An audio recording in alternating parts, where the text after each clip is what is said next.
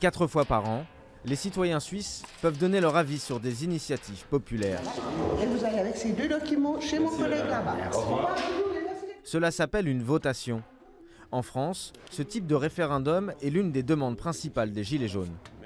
Ce jour-là, une seule initiative est proposée.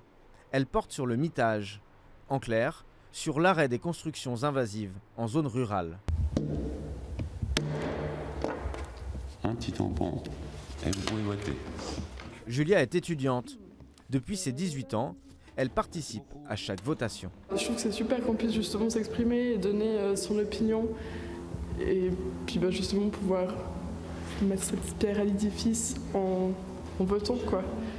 L'initiative populaire a été introduite dans la Constitution en 1891. Depuis cette date, les Suisses se sont prononcés sur 216 thématiques très diverses, comme le port de la ceinture au volant, le travail de nuit ou encore le suffrage féminin. Bernard Vouta est professeur à l'université de Lausanne.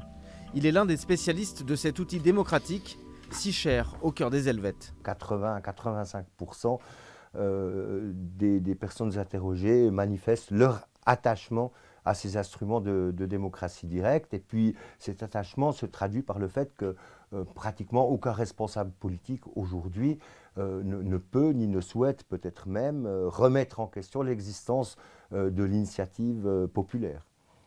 La dernière fois que les Suisses ont approuvé une initiative populaire, c'était en février 2014.